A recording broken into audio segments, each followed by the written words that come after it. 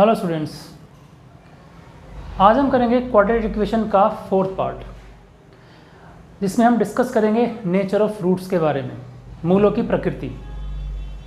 हम इक्वेशन को सॉल्व कैसे करते हैं, क्वाड्रेटिक इक्वेशन को सॉल्व करने के तरीके हम डिस्कस कर चुके हैं। हमने 3 मेथड कवर किए पिछले वीडियोज़ में, गुणनखंड विधि यानी फैक्टराइजेशन, पूर्ण वर्ग विधि यानी बाय कंप्लीटिंग द स्क्वायर, और क्वाड्रेटिक फार्मूला। अब हमें जब इक्वेशन सॉल्व करते हैं तो वहाँ एक कंडीशन कभी कभी होती है कि find the nature of the roots, are the roots are real और नॉट, यानी मूलों की प्रकृति, मूल वास्तविक हैं या वास्तविक नहीं हैं। तो वो कैसे हम पता लगाते हैं वो हम आज देखेंगे। तो आइए शुरू करते हैं। नेचर ऑफ रूट,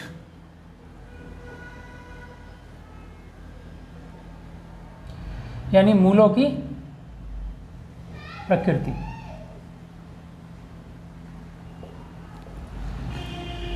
देखिए, नेचर ऑफ रूट्स पता लगाने के लिए हमारे पास जो हमने आपको ध्यान हो लास्ट वीडियो में किया है क्वाड्रेटिक फार्मूला, वहाँ हमने एक वैल्यू फाइंड की थी b² - 4ac। ये वैल्यू हमने वहाँ फाइंड की थी। इसको कहते हैं d, डिस्क्रिमिनेंट बोलते हैं इसको। तो हम इसकी वैल्यू फाइंड करते हैं। सबसे पहले जब हमें मूलों की प्रकृति पता लगानी होती है, नेचर ऑफ रूट्स, तो हम पहले d फाइंड करते हैं कि d की वैल्यू कितनी आ रही है।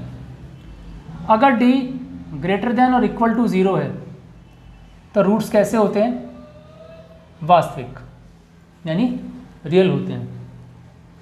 और अगर d की वैल्यू लेस देन 0 है तो मूल कैसे होते हैं, वास्तविक नहीं होते। ठीक है। अब यहाँ दो कंडीशन है, ग्रेटर देन और इक्वल टू। दोनों सूरतों में, चाहे d ग्रेटर देन हो 0 के या d इक्वल हो 0 के, रूट कैसे होंगे, रियल होंगे। सिर्फ फ़र्क क्या होगा, फ़र्क ये होगा अगर d ग्रेटर देन है 0 से तो रूट रियल होंगे, लेकिन कैसे होंगे, डिस्टिंक्ट, अलग अलग वैल्यूज हैं।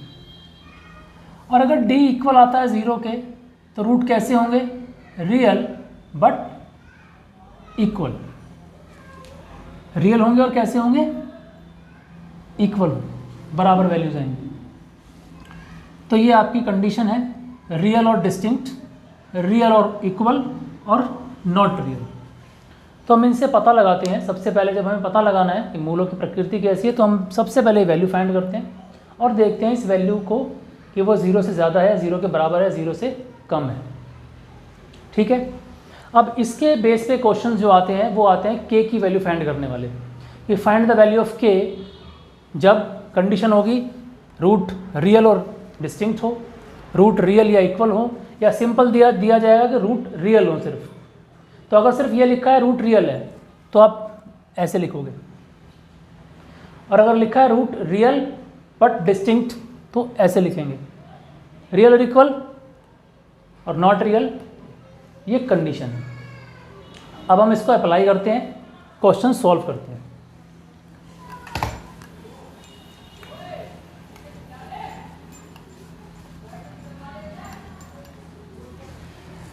फर्स्ट क्वेश्चन देखिए, k - 12 x² प्लस में 2 k - 12 x प्लस 2 = 0।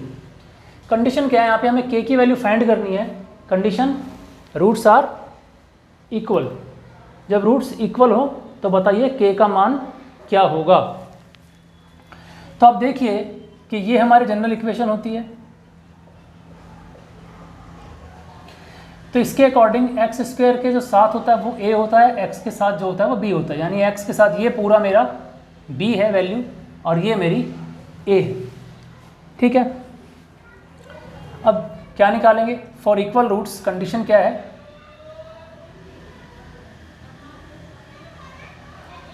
d = 0 होना चाहिए।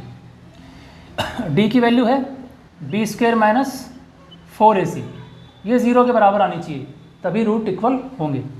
अब आप यहाँ पे वैल्यू पुट कर दीजिए, b की जगह पर b,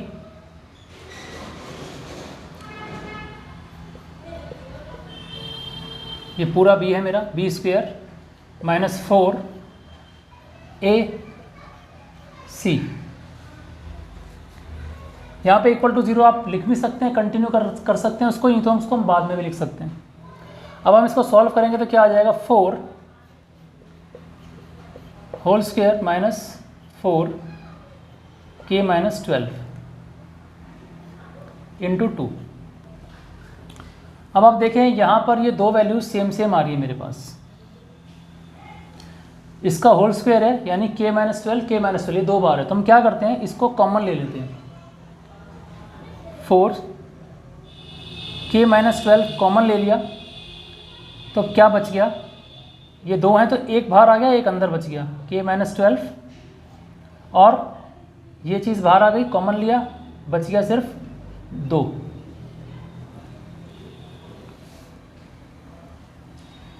आगे सॉल्व करें इसको, 4 k माइनस 12 और k माइनस 14, ठीक है। तो अभी क्या होगा, 4 उधर जा कर के ये 0 ही हो जाएगा, बच गया आपके पास k minus 12 is equal to, अब ये फैक्टर बन गया आपके पास।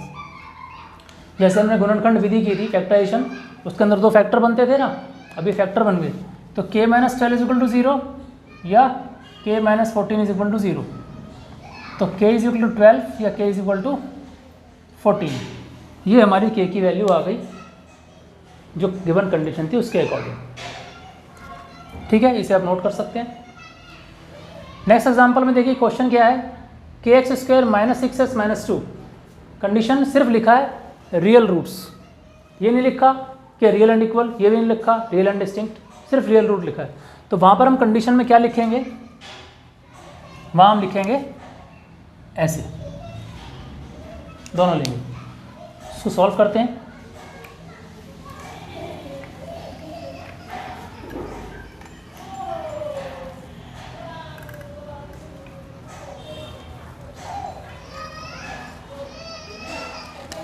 के x square minus 6x minus 2, ये आपकी इक्वेशन है। कंडीशन रियल रूट, तो for real root d is greater than और इक्वल टू 0, यानी b square minus 4ac is greater than और इक्वल टू 0। वैल्यूज रखेंगे हम, माइनस 6 का स्क्वायर माइनस 4ac,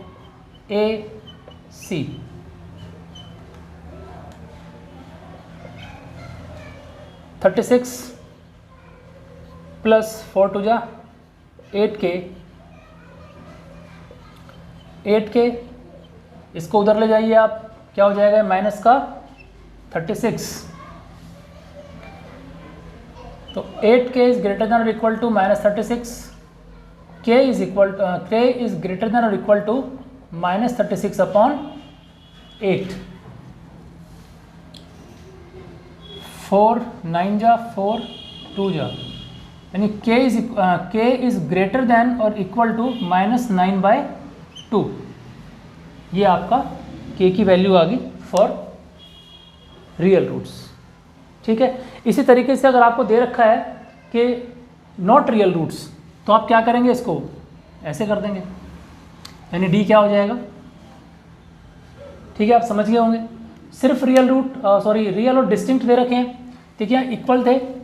अगर लिखे हो कि रियल बट डिस्टिंक्ट, तो क्या लेंगे, सिर्फ ये साइन लेंगे, वहाँ इक्वल टू का साइन नहीं लेंगे, ठीक है। सिंपल क्वेश्चन है, मुश्किल नहीं है, आप उसको सॉल्व करना है सिर्फ सिंपली। मुझे लगता है समझ गए होंगे आप। एक एग्जांपल और ले लेते हैं, ये एग्जांपल थोड़ा डिफरेंट है।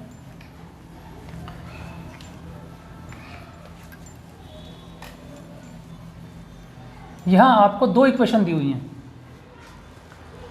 If -4 is a root of quadratic equation this and this, इन दोनों इक्वेशन का -4 क्या है, एक रूट है। देखो रूट होने का मतलब क्या है कि ये x की वैल्यू है। हम रूट फाइंड करते थे तो क्या करते थे, हम x की वैल्यू फाइंड करनी होती थी, मतलब हमारे x की वैल्यू आती थी वो। तो ये -4 क्या है, इन दोनों इक्वेशन का अगर हम x की जगह पे रखेंगे तो इक्वेशन को सेटिस्फाई करेगा, यानी ये आंसर है।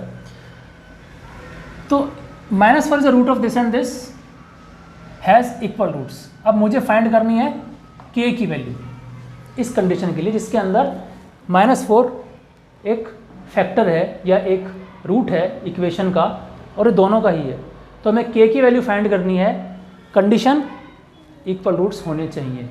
तो कैसे करेंगे इस क्वेश्चन को? देखिए सबसे पहले क्या है, इस इक्वेशन में भी p की वैल्यू आ रही है, देखिए यहाँ पे p आ रहा है और यहाँ भी क्या है p है, यहाँ p और k दोनों हैं, दो वेरिएबल है। तो हम क्या करेंगे, इस p की वैल्यू फाइंड करेंगे इस इक्वेशन से। कैसे? -4 is the root of quadratic equation this, therefore कि -4 जो है वो इस इक्वेशन को क्या करेगा, सेटिस्फाई करेगा। अब सेटिस्फाई करेगा तो आप क्या रखेंगे, x की जगह पर क्या रखोगे आप, -4।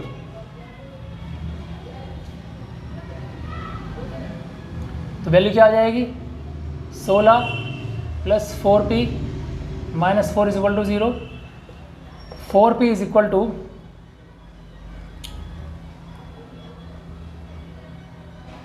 -12, p = -12/4 -3। साइन का बच्चों ध्यान कर लेना, कई बार क्या होता है साइन बनाते टाइम ना थोड़ा बहुत ऊपर नीचे हो जाते हैं इधर उधर प्लस माइनस, क्योंकि अगर साइन गड़बड़ हो जाएगी तो आपका आंसर नहीं मिलेगा। तो इसको एक बार चेक कर लेना आप। अब देखो साइन गलत हो गया ना, ये प्लस था, तो ये अब थोड़ा मैनेज कर लेना, ठीक है। मतलब मैं कॉन्सेप्ट आपको समझाना चाह रहा हूँ, आप कॉन्सेप्ट समझ लीजिए कि करना कैसे इस क्वेश्चन को। आंसर आप p की वैल्यू आ गई 3। अब हम क्या करेंगे, इस p की वैल्यू को पुट करेंगे सेकंड इक्वेशन में जहाँ मुझे k की वैल्यू फाइंड करनी है।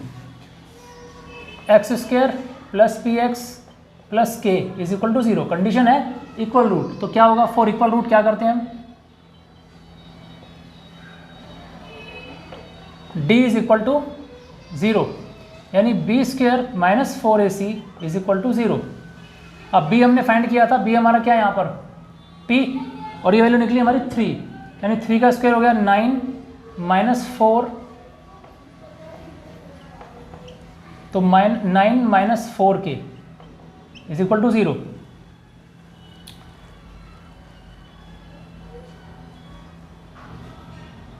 -4k = -9, k = माइनस से माइनस कैंसिल हो जाए, क्या आ जाएगा 9/4। ये आपकी वैल्यू आ गई k की।